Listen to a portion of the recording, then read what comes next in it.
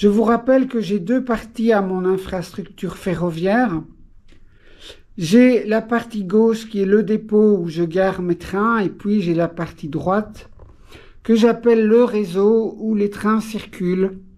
Alors aujourd'hui, je vais vous parler du réseau et pourquoi j'envisage de le reconstruire. Bonjour et bienvenue sur Neutrinopolis, mon réseau ferroviaire intriqué à la complexité quantique.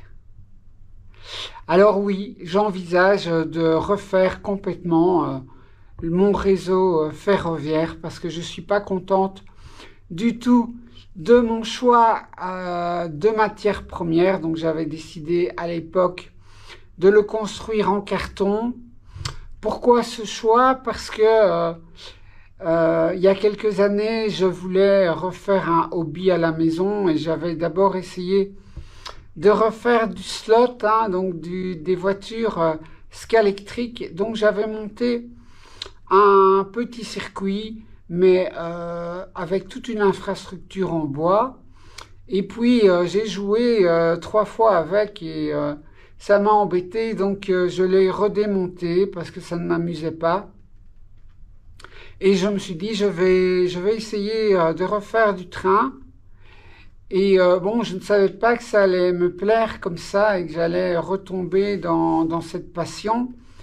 Donc au départ, je me suis dit, je vais le faire en carton, ça coûtera moins cher et je passerai moins de temps que pour construire mon réseau de slots. En fait, c'était une erreur d'abord parce que le carton se tord tellement que j'ai dû construire une infrastructure de pilotis pour le soutenir, que finalement, le temps que j'ai gagné à couper et à assembler le carton, eh bien, je l'ai perdu en devant construire une infrastructure de soutien beaucoup plus compliquée, beaucoup plus solide que si ça avait été des planchettes en bois. Alors, je me suis rendu compte de ce défaut du carton. Il se tord, il s'abîme aussi beaucoup plus vite. Et même en plat, eh bien, ce sont des faux plats parce que le carton s'affaisse à certains endroits. Et donc, je pense pas que sur la vidéo, je pourrais vous le montrer. Mais quand je fais tourner mes trains, je vois que bon, les trains sursautent légèrement à certains endroits. Ne sont pas stables sur la voie. Tout ça parce que j'ai choisi de faire mon réseau en carton. Je m'en suis rendu compte en fait que je n'avais pas encore terminé le réseau. Je m'en suis rendu compte très vite. Alors à l'époque, je me suis dit, je suis tellement loin dans l'avancement de mon réseau, je vais quand même le terminer avec ce choix d'avoir pris le carton. Et puis, puisque c'était ça qui m'intéressait à l'époque, j'avais envie de tester mes équations logiques et mon programme informatique pour sécuriser le réseau. J'avais vraiment envie de voir si ça allait fonctionner. Donc, je me suis dit, je termine mon réseau en carton. Je regarde si la sécurisation fonctionne, je fais les vidéos MFAO, je construis mon dépôt en bois cette fois-ci, et puis je verrai bien pour mon choix du carton, je verrai ce que je fais plus tard. Donc, eh bien, le temps a passé et c'est ce que j'ai fait. J'ai sécurisé la partie du réseau, notamment le grand croisement. Vous pouvez voir bien sûr toutes les explications et comment ça fonctionne avec l'ordinateur dans mes vidéos MFAO. J'ai construit mon dépôt en bois et puis maintenant je me retrouve avec ce problème que mon réseau, voilà, il ne me plaît pas. En fait, je ne suis pas contente de ce que j'ai fait. Et cela d'autant plus que ma nouvelle locomotive, la Crocodile, la BR 254, eh bien, elle est très sensible aux défauts du rail et donc Et donc, ben, elle déraille pas mal. Donc, c'est encore un argument en plus pour réfléchir à refaire le réseau. Alors, je vous montre un peu en pratique ce que je referais si je reconstruisais mon réseau. D'abord, j'élimine les arrondis à l'extérieur de la table, vers l'extérieur de la table, pour avoir plus d'espace, pour savoir poser du décor. Ensuite, il y a deux endroits qui sont très sensibles sur le réseau. C'est lorsque j'ai une courbe, c'est la courbe la plus étroite, c'est la R2.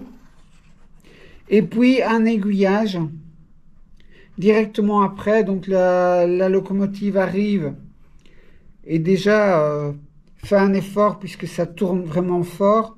Et puis quand la courbe se termine, il y a un aiguillage et là vraiment c'est un endroit sensible.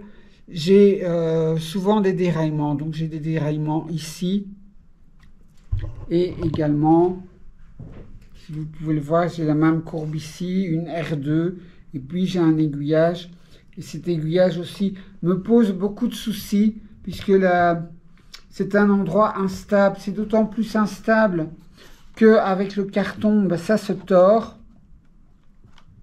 ça se plie. Alors regardez, ça se plie ici vers la gauche.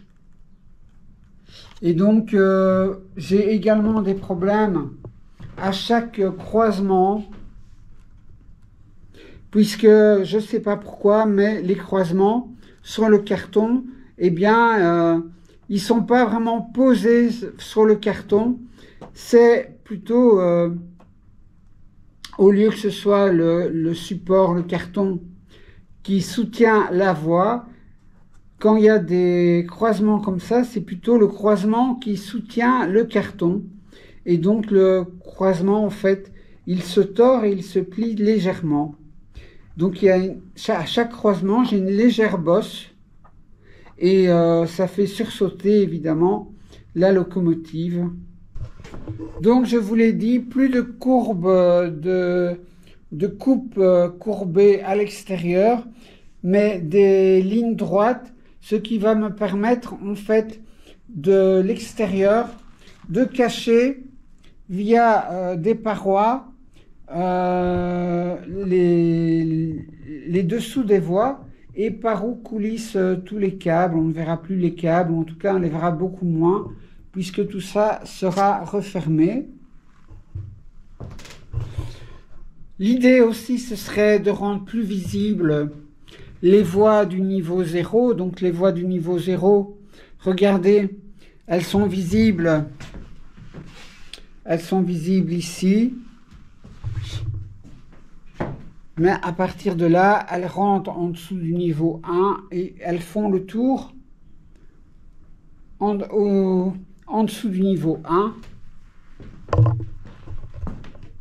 Et elles ne sont pas visibles, alors c'est embêtant quand il y a un déraillement ou quand il faut faire l'entretien.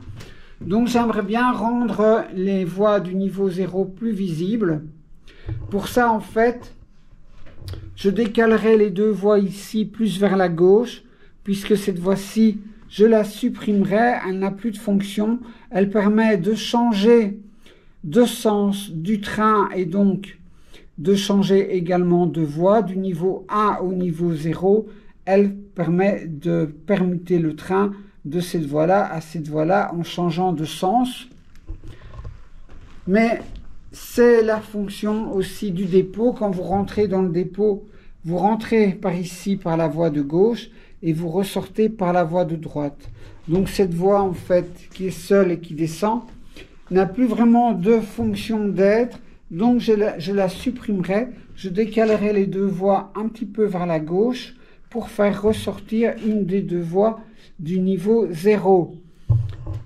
À droite, carrément, les deux voies du niveau 1, je les décalerai à l'extérieur de la table pour que tout le niveau 0 soit visible et accessible, d'autant plus qu'au niveau 0, j'ai de nombreux aiguillages qui sont actuellement cachés et qui sont difficile d'accès quand il y a un problème.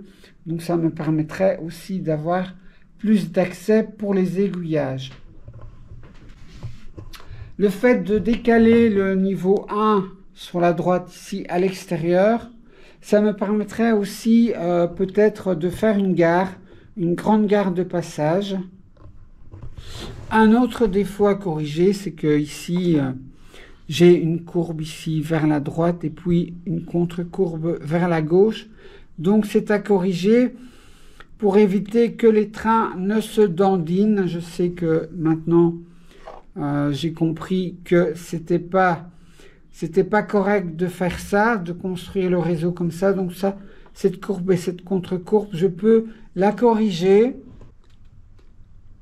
Alors je suis, je vous l'avoue, parfois un peu découragé, mais je me dis que l'avantage, c'est que j'ai un prototype sous les yeux, hein, le réseau en carton, par rapport à ce que je veux faire en bois, et donc que ça va aller plus vite. L'idée, c'est de découper toutes les planchettes au magasin de bois, en tout cas les lignes droites.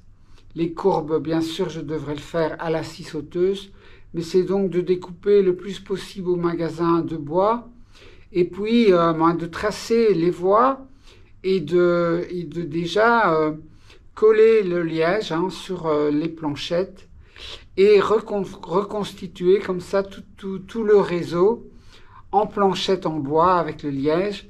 Et puis seulement après, quand tout est terminé, c'est seulement de démonter le réseau en carton et pour le remplacer par le réseau en bois.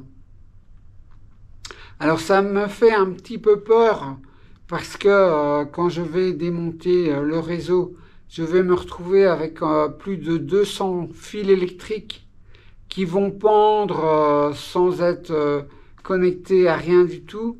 Et donc je me dis, est-ce que je vais savoir reconnecter tout ça correctement aux bons endroits pour laisser quand même les deux aires de service intactes. Est-ce que je vais y arriver? Je ne sais pas. Je pense que je vais commencer, je vous l'ai dit, par découper toutes les planches en bois et coller le liège. Et quand j'aurai fait ça, je pense que je serai motivé à vouloir avoir un nouveau réseau en bois et donc je serai motivé à démonter l'ancien. Pour le moment, ça me fait un peu peur et ça me donne un petit peu aussi mal au cœur. Voilà, donc ça m'assère encore, je réfléchis encore, mais je pense que je vais bientôt m'y mettre. Donc j'irai au magasin de bois commencer à acheter des planchettes pour commencer à faire les découpes. Alors je ne sais pas encore quel genre de bois je dois prendre. J'ai vu sur les forums que c'est plutôt du triplex, hein, donc pas de l'aggloméré mais du triplex parce que probablement que ça joue moins avec le temps. Si vous avez une remarque à faire à ce niveau-là, dites-le moi pour que je fasse le bon choix d'achat du bois. Et puis je vous tiens au courant de toute manière de mes avancées, bien sûr. Je vous dis donc à très bientôt pour la suite et puis merci d'avoir voyagé avec moi sur les rails de la créativité.